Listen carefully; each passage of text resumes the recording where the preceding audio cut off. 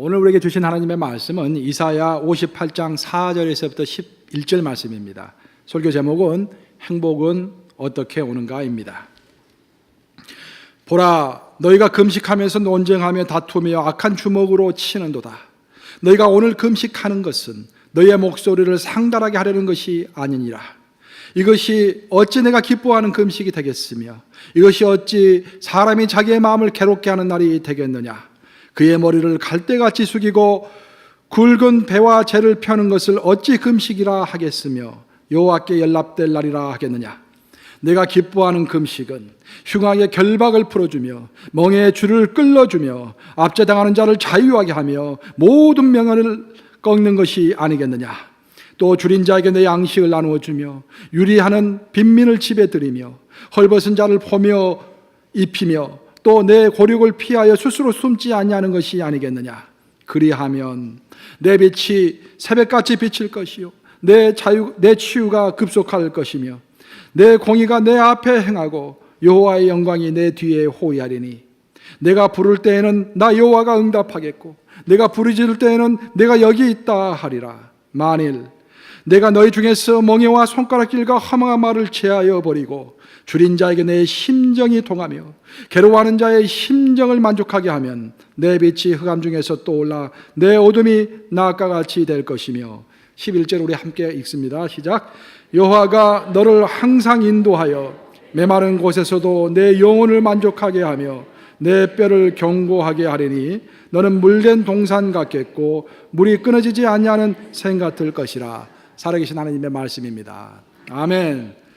오늘 설교 제목이 행복은 어디에서 어떻게 오는가인데요. 오늘 이사야 말씀을 가지고 행복을 어떻게 우리가 찾는 것인가 함께 살펴보는 그런 시간을 갖도록 하겠습니다. 먼저 설교를 본격적으로 듣기 전에 우리 옆 사람에게 한번 물어보세요. 행복하십니까? 다시 한번 물어보세요. 정말로 행복하십니까? 이것에 대해서 자신 있게 답변하지 못하신 분들은 오늘 설교를 잘 들어보세요. 어떻게 행복이 오는 것인가 한번 살펴보도록 하겠습니다. 몇 년 전에 런던에 있는 그 유명한 대학교인 런던 정치경제대학교에서 아주 대규모 큰 서베이를 한 적이 있습니다. 설문조사를 한 적이 있습니다. 17세에서부터 85세 사이에 있는 2만 3천 명의 사람들을 대상으로, 굉장히 많죠. 2만 3천 명의 사람 대상으로 그들의 행복도를 조사한 것입니다. 그 결과가 상당히 흥미로운데요. 그 결과를 보면은 인간은 나이가 23살 때 그리고 나이가 69살이 되면은 인생에서 가장 행복감을 느낀다고 합니다.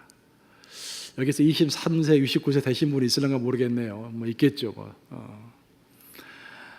23세가 행복한 이유는 뭐냐면은 이제 23세가 되면은 이제 성인이 되는 그런 나이인데 그때는 못할 것이 없을 것처럼 이 세상 모든 것을 가질 수 있을 것처럼 느껴진다는 거예요. 그런 자신감 가운데서 큰 행복을 누린다고 합니다. 그런데 그렇게 큰 자신감을 갖고 이제 대학을 졸업하고 직장에 딱 들어갔는데 이거 들어가서 보니까 아니야.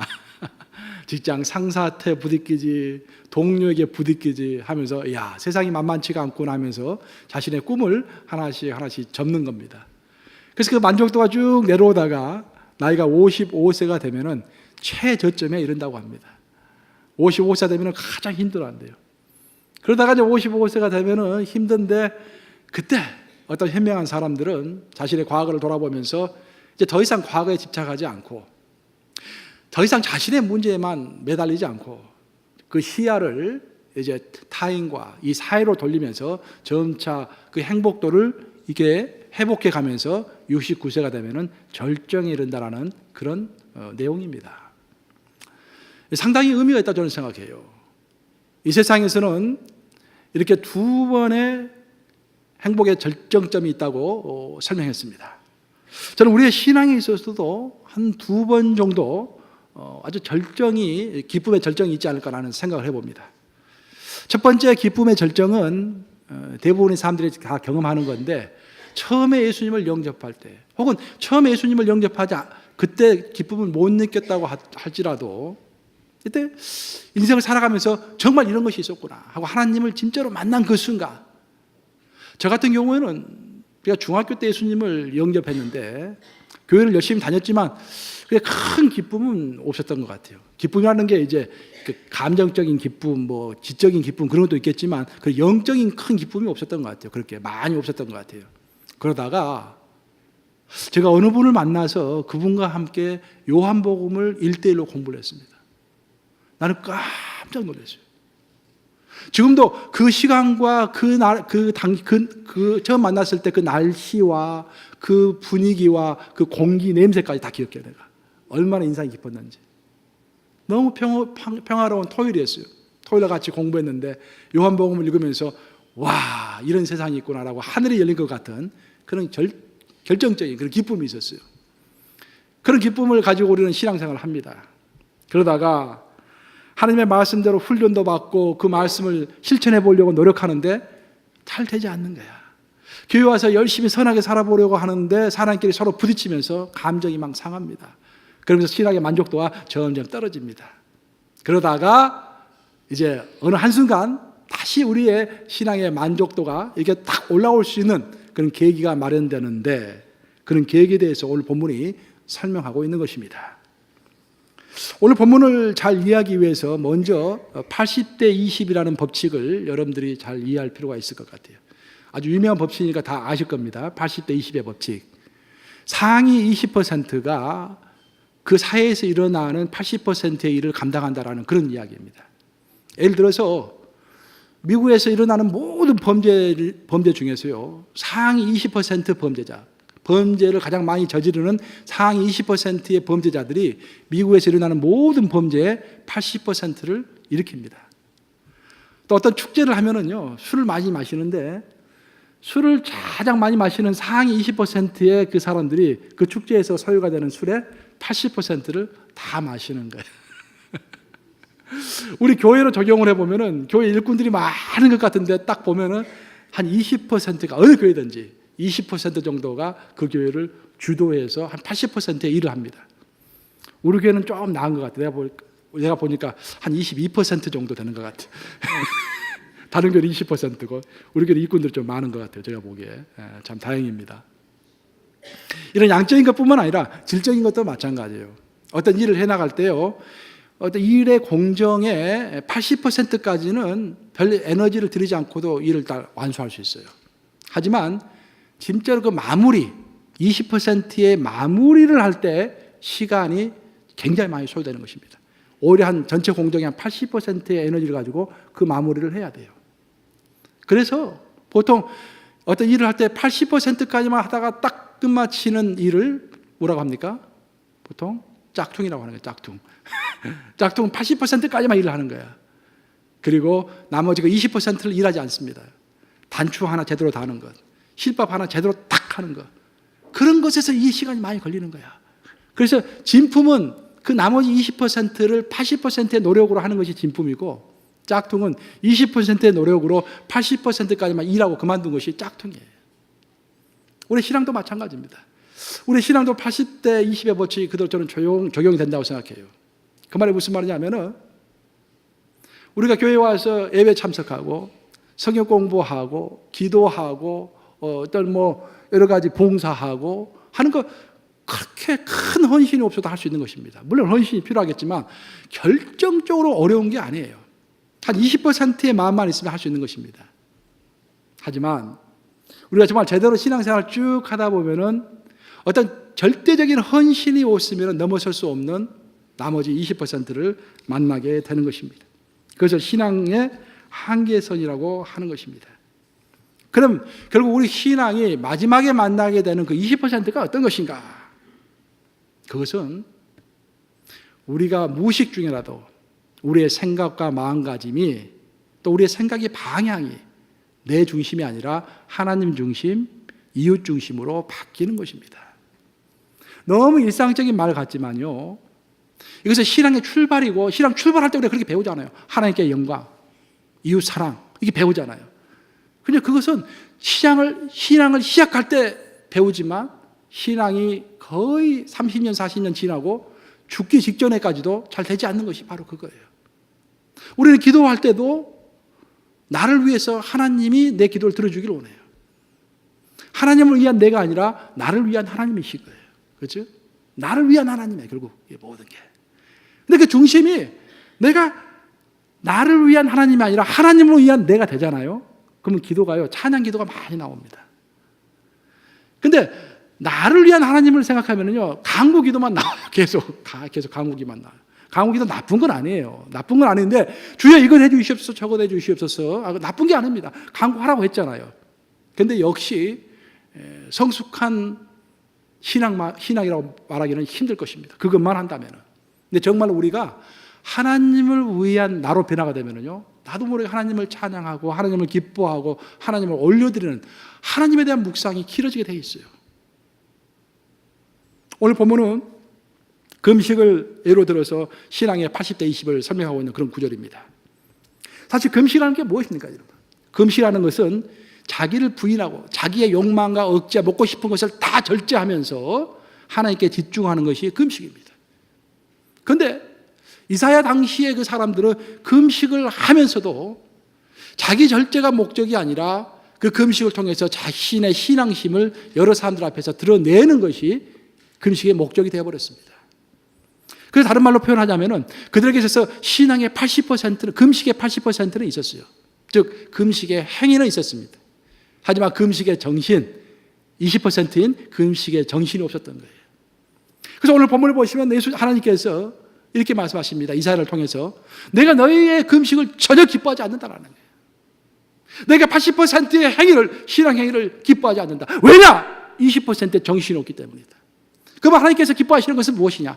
설사 너희가 금식하지 않는다고 할지라도 정말 너희의 힘준 가운데서 억눌린 자를 풀어주고 가난한 자에게 관심을 가지며 너에게 도움을 청하는 자들을 외면하지 않는 그런 신앙 정신으로 살아간다고 한다면 설사 너희가 금식을 하지 않는다고 할지라도 난 너희를 기뻐할 것이다 라고 선포하시는 것입니다. 다른 말로 이야기하면 며칠간 금식했느냐가 중요한 것이 아니라 금식을 통해서 나의 마음과 몸과 영혼이 얼마만큼 내 중심에서 하나님 중심으로, 내 중심에서 타인 중심으로 옮겨갔느냐가 중요하다고 하나님은 선포하시는 것입니다. 본문에 따르면요, 우리가 정말 금식의 정신을 가지고 살아갈 때, 설사 금식을 하지 않는다 할지라도 금식의 정신을 가지고 살아갈 때 하나님께서는 우리를 축복하시겠다고 말씀하시는데 그것이 바로 행복인 거예요. 그 행복이 오늘 본문의 58장 8절에 나옵니다. 한번 같이 읽어보겠습니다. 58장 8절 시작. 그리하면 내 빛이 새벽같이 비칠 것이며 내 치유가 급속할 것이며 내 공의가 내 앞에 행하고 여호와의 영광이 내 뒤에 호위하리니. 우리가 정말 금식의 정신으로 내 관심을 내가 아니라 하나님과 타인을 위해서, 타인을 위한 나, 하나님을 위한 나로 살아갈 때 하나님은 네 가지 축복을 주신다고 했습니다. 첫째는 내 빛이 새벽같이 비칠 것이요. 내 빛이라는 것은 우리의 번영과 형통입니다. 내가 너의 관심을 너에게 두지 아니하고 먼저 나에게 관심을 두고 먼저 타인에게 관심을 줬기 때문에 내가 너에게 번영과 또한 형통을 허용하리라 라는 그런 뜻이에요. 두 번째 축복은 내 치유가 급속할 것이다 라고 했습니다. 우리가 얼마나 치유가 필요합니까? 물론 육체적인 치유도 필요하지만 우리의 영적인 치유라든지 우리의 마음의 치유라든지 그런 모든 전인적인 치유가 필요한 상태입니다. 그 전인적인 치유가 어디서부터 오는 것인가? 우리가 금식의 마음으로, 금식의 정신으로 신앙의 20%를 지켜가면서 살아갈 때 주님께서 치유하시겠다 그런 말이에요. 세 번째는 내 공의가 내 앞에 행하고, 앞이라는 말이 중요합니다. 공의가 내 앞에 서가지고 나를 이끌어가는 지도자가 된다는 거예요. 그 말은 무슨 말이냐면 내가 만인을 위해서 행복과 번영과 평화를 위해서 일할 때 내가 그 만인의 행복과 평화를 이끄는 선구자가 될 수 있도록 하나님께서 나를 사용하시겠다라는 그런 말씀입니다. 마지막으로 여호와 영광이 내 뒤에 호위하리니. 뒤라는 말이 중요합니다. 뒤에서 하나님께서 그를 떠받쳐서 밀어주시고 보호해 주시겠다는 그런 말입니다. 이 말을 한마디로 요약한다면 어디에 우리의 번영과 행복이 있고 어디에 우리의 치유가 있으며 어디에 우리의 악과 뒤가 보호되는 놀라운 역사가 우리 가운데 펼쳐질 것인가? 그것은 바로 금식의 정신으로 신앙의 20%를 지켜갈 때 하나님께서 하시겠다라는 그런 약속의 말씀인 것입니다. 그리고 하나님은 이렇게 20%의 정신으로 살아가는 사람에게 어떤 행복의 절정을 주시겠다고 말씀하셨는데 그것이 바로 그 다음 절인 9절에 나옵니다. 9절 한번 같이 읽어보겠습니다. 시작. 내가 부를 때에는 나 여호와가 응답하겠고 내가 부르짖을 때에는 내가 여기 있다 하리라. 만일 내가 너희 중에서 멍에와 손가락질과 허망한 말을 취하여 버리고 내가 부를 때에는 나 여호와가 응답하겠고 내가 부르짖을 때에는 내가 여기 있다 하리라. 너무 놀라운 말씀 아니에요? 우리가 정말 갈구하는 거 아닙니까? 내가 기도할 때마다 하나님께서 100% 듣고 응답하시겠다는 놀라운 말씀 아닙니까? 어떨 때 이런 일들이 벌어집니까? 우리가 20%의 신앙의 정신으로 살아갈 때, 정말 금식의 정신으로 살아갈 때 하나님은 내가 내 중심으로 살아가는 것이 아니라 내가 무의식 중이라도 하나님의 영광을, 하나님께 먼저 영광을 돌리고 내가 무의식 중이라도 나보다 타인에게 영광을 돌릴 때 하나님의 마음이 동하는 거예요. 하나님의 마음이 동하는 거예요. 오늘 아까 우리 찬양 거기 성교 파통식 할 때 작은 이야기지만 제가 가슴이 뭉클했어요. 왜냐하면 나 있고 조정우 장로님 있고 우리 박근희 권사님 있었지 않습니까? 손잡을 때 박근희 권사님이 옆으로 오셨잖아요. 내 옆에 왼쪽에 서 계시지 않고 내 오른쪽에 섰잖아요. 내 마음이 얼마나 기쁜지 몰랐어요. 그때 찬양 여러분들 찬양해 주시는 거 들으면서 마음속으로 생각했습니다. 내가 이번에 이 두 분과 같이 선교여행을 가면은 마음껏 축복해야지. 기대하세요, 장로님, 권사님. 내가 마음껏 축복할게, 두 분. 이 두 분을 마음껏 축복해야지. 아주 오래 있잖아요, 이번에 상당히 길게 가잖아요, 우리가. 하나님 마음이 이런 마음이 아닐까 생각해요. 정말 하나님의 정신으로 하나님이 원하는 것을 이렇게 가지고 살아간다고 한다면 그 사람 축복해 주시고 싶은 거예요. 그래서 네 가지 축복을 말씀하시는 거 아니에요. 마지막으로 결정적으로 내가 무엇을 말하든지 무엇을 부르짖든지 내가 너에게 다 허락하리라. 하나님의 마음입니다. 놀라운 말씀이에요.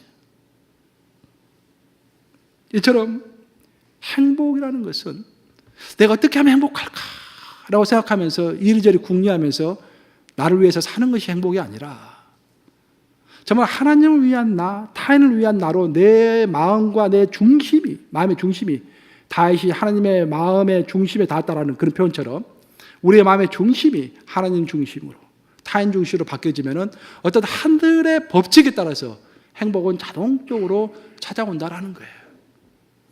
아마 이런 것을 이미 느끼신 분이 많이 있을 거예요. 타인 위주로 살다 보니까, 하나님 위주로 살다 보니까 평화롭게 살아갈 수 있는가, 그렇죠? 그것을 하나님은 오늘 말씀하시는 것입니다. 사실 이런 가르침은요, 성경의 가르침이 뿐만 아니라 과학적으로도 증명이 된 거예요. 2008년도에 세계 최고 권위의 저널인 사이언스지에 심리학자들이 연구를 해서 글을 기고했습니다. 2008년도 사이언스지에 나왔는데요. 내용이 그런 거예요. 심리학자들이 행복에 관한 연구를 했습니다. 그 행복이라는 것이요, 심리학의 큰 분야 중에 하나입니다. 서울대학교에 행복연구소도 있죠, 서울대학교에. 근데 보면은 이제 어떤 이야기가 나오냐면은 사람들이 한 달 동안 쓴 돈 중에서 자기 자신을 위해서 쓴 돈, 자기가 이제 식당 가서 밥 먹고 자기 옷 사고 막 영화 보고 한 자기 자신을 위해서 쓴 돈과 타인을 위해서 쓴 돈을 이렇게 딱 구분해 놓습니다. 그리고 과연 돈을 쓸 때 어디에 만족도가 더 있었는지를 계산해 본 거예요. 놀라운 것은 뭐냐면은 자기를 위해서 쓴 돈보다 타인을 위해서 돈과 에너지와 시간을 쓸 때 훨씬 만족도가 크다라는 거예요. 그래서 그것을 help us high라는 단어를 만들었습니다. help us high. 그러니까 우리가 타인을 위해서 돈을 쓰고 타인을 위해서 어떤 에너지를 투자해가지고 도와주고 육체적인 노동을 해주면은요, 엔돌핀이 머릿속에 많이 나오고요, 이 에너지가 몸에서 많이 나오는데요. 그러면서 그 엔돌핀이 나오고 에너지가 나오면서 자신감이 있다라는 거예요. 자존감이 생긴다라는 거예요. 또 우울증이 해소된답니다. 그러면서 이 사람은 큰 행복감을 느끼게 된다라는 것이 그 연구 결과입니다. 이처럼 타인을 돕는 행동 자체가 행복을 가져오는 것입니다. 여기서 아멘 해야 하는데 이처럼 타인을 돕는 행동 자체가 행복을 가져옵니다. 아멘. 바로 나눔과 섬김이 행복의 근원이다라는 그런 이야기예요. 그래서 우리 예수님도 항상 하시는 말씀이 섬겨라, 나누라 했지 않습니까? 우리의 행복을 위해서 다 말씀해 주신 거예요. 사실 우리가 어떻게 그 타인을 위해서 살아갈 것인가 쉽지가 않아요. 그런 것에 대해서 오늘 좀 더 설교 후반부에서 그 이야기를 좀 더 하고 싶어요. 제가 우리가 구체적으로 어떻게 살아갈 것인가. 우리가 신앙생활을 이제 생각했을 때 쭉 성경을 읽어보면은 성경 크게 신앙생활을 두 부분으로 나눌 수 있어요.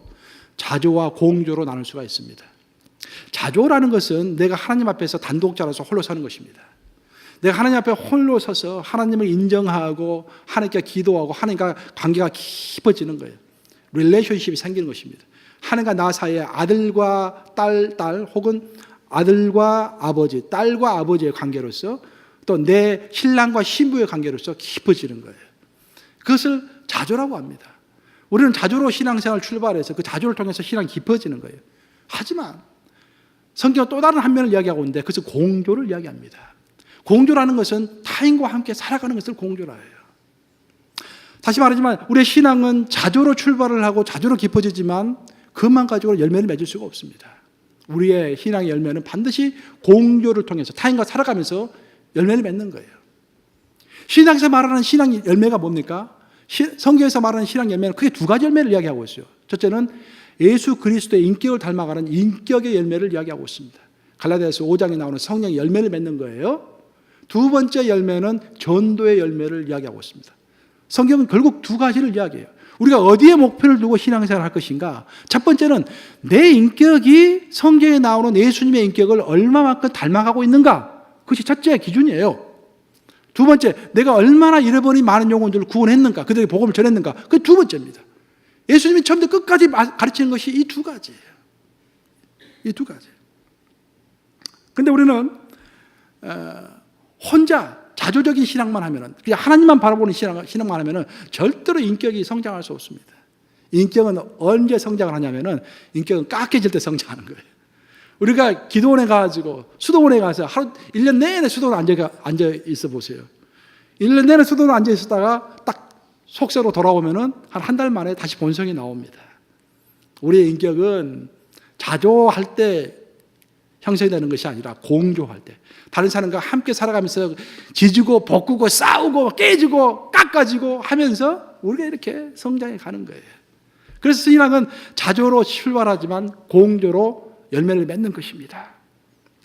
사도 바울은 이렇게 공조의 인생, 다른 사람과 함께 할 수밖에 없는 우리 신앙인들을 위해서 어떤 조언을 하는데, 조언하면서 가장 많이 쓰는 단어 중에 하나가 뭐냐면은 분별과 판단이라는 말입니다. 예수님도 많이 쓰셨어요. 판단이라는 말은 분별과 판단입니다.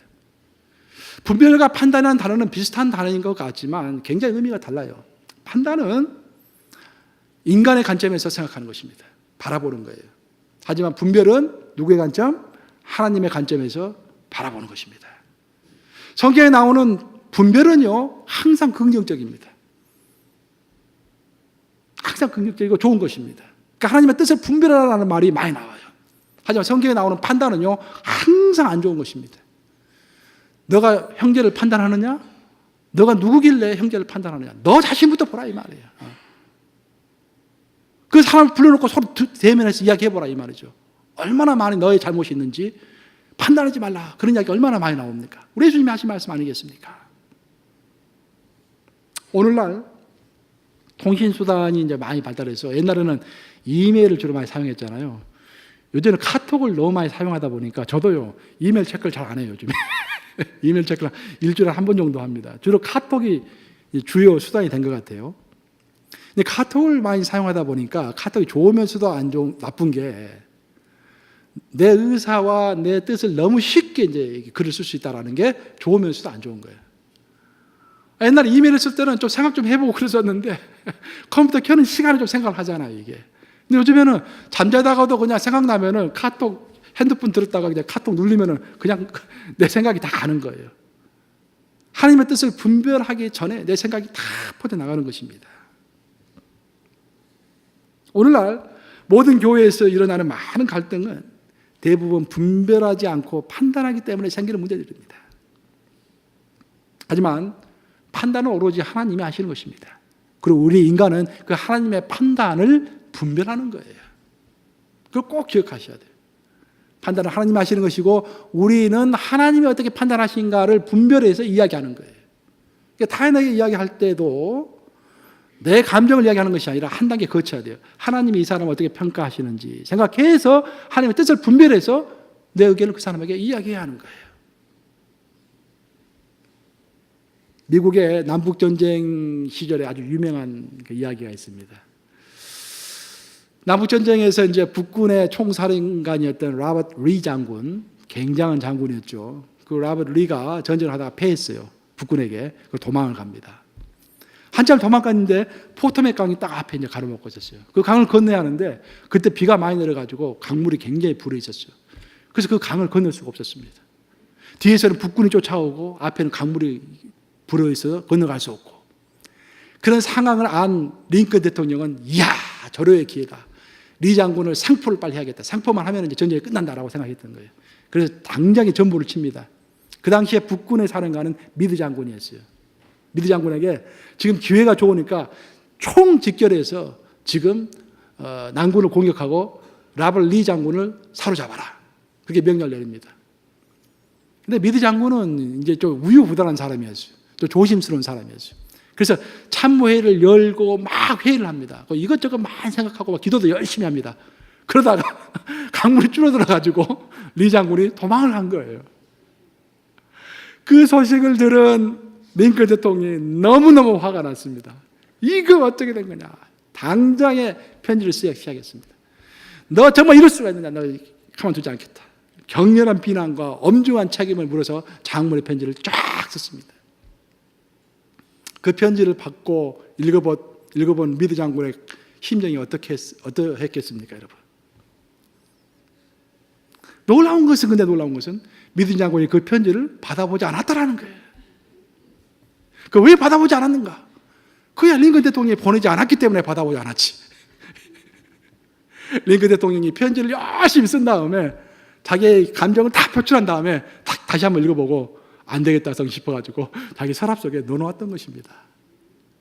만약 그 편지가 전달이 되었다고 한다면 분명히 북군에서 어떤 갈등이 있었을 것이고 전쟁이 훨씬 더 늦게 끝날 것이다라는 그런 이야기가 있습니다. 저도 목회를 하면서 사실 보내지 않는 편지들이 꽤 있어요. 어떤 일이 터지고 나면은요, 저도 이제 감정이 막 업셋이 그러면은 내 나름대로 그 상황을 분석하고 당신이 잘못한 일에 대해서 막 적습니다. 그리고 이제 상황을 이렇게 딱 적어요. 특별히 이제 밤이 돼서 몸이 피곤할 때 밤늦게 이제 편지를 쓴 경우는 장문의 편지가 돼요.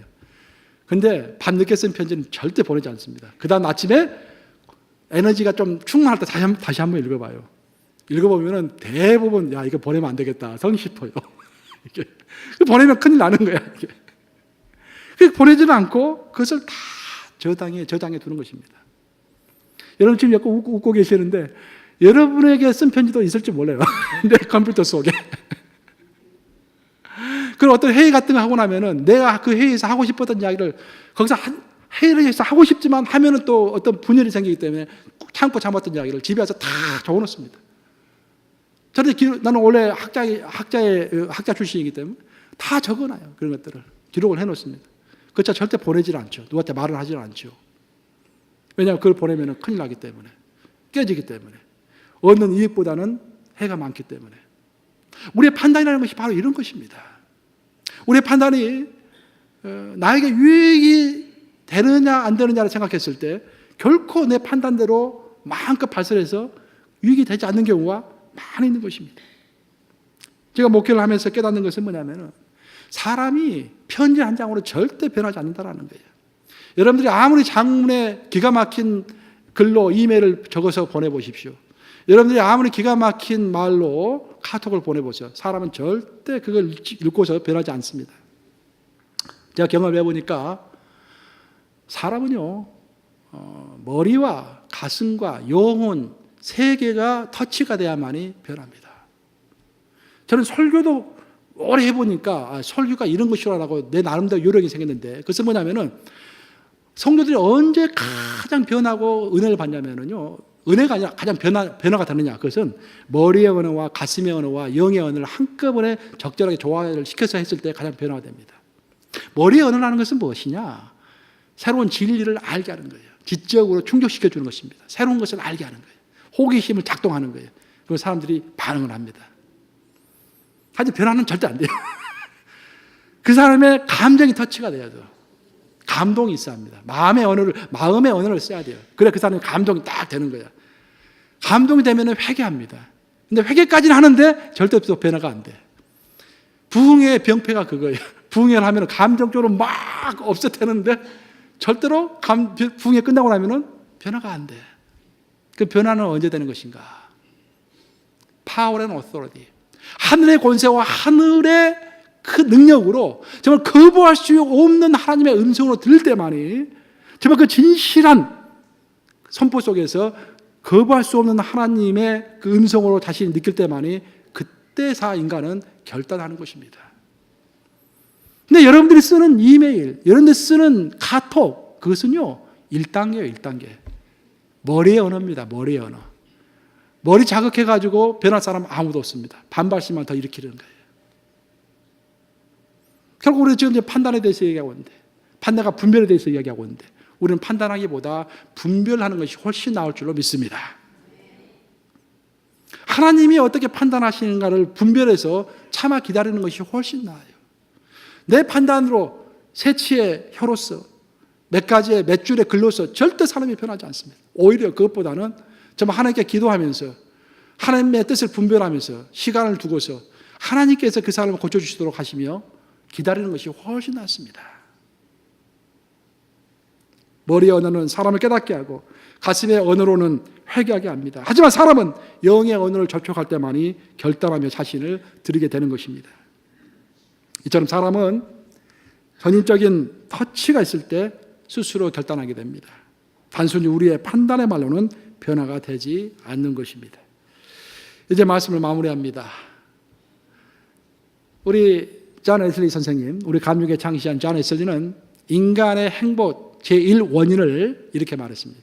인간이 왜 행복한가? 그 제1원인은 하나님이 우리와 함께 하시기 때문이다. 이렇게 말했어요. 아멘 하십니까 여러분? 하나님이 우리와 함께 하시기 때문에 우리가 행복한 거예요. 행복의 제2원인은 하나님께서 그토록 사랑해서 자기 독생자를 보내셔서 십자가에 못 박혀 죽여서 구원하신 그 하나님의 자녀들과 우리가 함께 하시기 때문에 우리가 또 행복한 거예요. 믿습니까 여러분? 아멘. 근데 저는 거기에다 한 가지를 더 붙이고 싶어요. 우리가 정말 행복한 것은 뭐냐면은 하나님이 우리를 축복하시기 때문에 우리가 행복한 것입니다. 그걸 잘 깨달으셔야 돼요. 창세기 1장 27절과 28절을 읽어보세요. 거기 보면 하나님께서 인간을 창조하신 다음에 제일 그 인간을 향해서 최초로 했던 행동이 뭡니까? 하나님께서 그들에게 복을 주시며 축복하신 것이 하나님의 첫 번째 행위예요. 하나님께서 축복하셨습니다. 우리가 정말 행복해지기 위해서는 하나님께서 태초부터 우리를 축복하신 그 축복을 놓치지 않고 붙잡는 것이 행복한 삶의 절정체입니다. 정말 우리가 행복해지려면 하나님께서 태초에 축복하셨던 그 축복을 놓치지 말아야 돼요. 그러면 하나님께서 태초에 주셨던 그 축복을 또 지금도 주시려고 하는 그 축복을 어떻게 하면 우리가 놓치지 않을 수 있을 것인가? 그것은요, 하나님이 태초부터 예정하신, 태초부터 결정하신 어떤 우리 인간을 향한 삶의 설계도가 있는데 그 설계도를 따라서 살아가는 것입니다. 오늘날 우리 인간이 이렇게 분주하고 이렇게 문제가 많은 이유는 뭐냐면은 하나님은 원래 우리를 이렇게 설계하지 않으셨어요. 하나님이 설계하신 세상, 하나님이 설계하신 인간은 이런 삶이 아닙니다. 오늘 주일 한번 지키기가 얼마나 힘들어요, 요즘에. 정말로. 우리 교회도 주일 되면 거의 40-50명씩 막 이렇게 빠지는 게. 돌아가면서 이렇게. 굉장히 힘듭니다. 주일 한번 지키기도 힘들어요. 근데 원래 이렇게 예정하신 삶이 아니에요.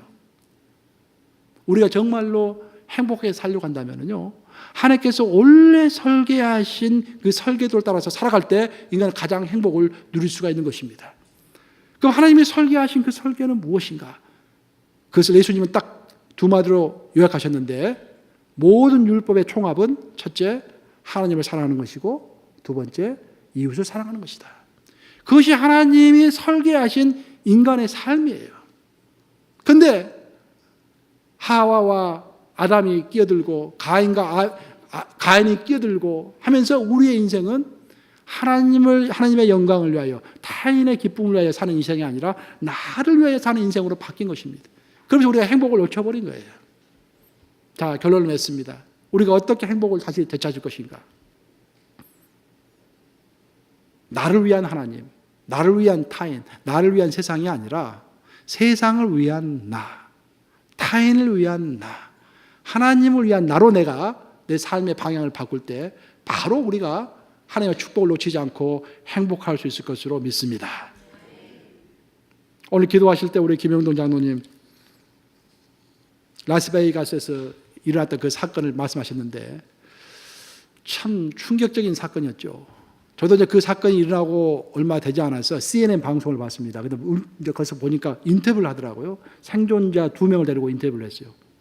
한 명은 한 50대 중반 되는 남성이고 한 분은 중년의 여성 이제 두 분이 와가지고 인터뷰를 하는 거예요. 남성은 그 콘서트장에서 제일 앞줄에 있었대요. 근데 총성이 딱 들리면서 옆에 있는 사람들이 다 쓰러지더래요. 근데 자기만 쓰러지지 않은 거야. 그 사람이 인터뷰하는 내내 울면서 막 그러는 거예요. 울먹이면서 Why not me? Why not me? 막 그러는 거예요. 내가 Why me라는 것은 많이 들어봤는데 Why not me는 처음 들어봤어. 처음은 아니지만 참 보기 드물어. Why me라는 책도 있잖아요. 왜 하나님 나입니까? 막 그런 것을 많이 들어봤는데 Why not me? 왜 다른 사람 다 죽었는데 나는 죽지 않았습니까? 라고 하나님께 열심히 물어보고 있대요, 지금.